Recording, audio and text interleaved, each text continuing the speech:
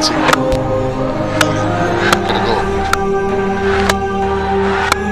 এবারের বিপিএলে নিজেদের শেষ ম্যাচে এসে সাকিব খানের দল ঢাকা ক্যাপিটালসের মারকুটে ব্যাটসম্যান তানজিদ হাসান তামিম আবারও ব্যাটিং তাণ্ডব চালিয়েছেন। চলতি বছর বিপিএলে দল হিসেবে ঢাকা খুব একটা ভালো পারফরমেন্স করতে না পারলেও এই দলের ওপেনার ব্যাটসম্যান তানজিদ হাসান তামিম পুরো টুর্নামেন্ট জুড়ে দুর্দান্ত ব্যাটিং করেছেন। তারই ধারাবাহিকতায় টুর্নামেন্টের নিজেদের শেষ ম্যাচে এসেও খুলনার বিপক্ষে দুর্দান্ত ব্যাটিং করেছেন তানজিদ হাসান তামিম। যদিও তার দল হেরে গেছে, তারপরেও অসাধারণ ব্যাটিং করতে দেখা গেছে তানজিদ হাসান তামিমকে।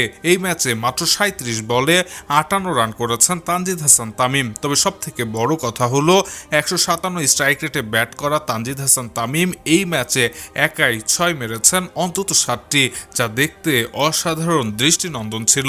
প্রত্যাশা থাকবে তানজিদ হাসান তামিম তার এই ব্যাটিং ধারাবাহিকতা চ্যাম্পিয়ন্স ট্রফিতেও ধরে রাখবেন।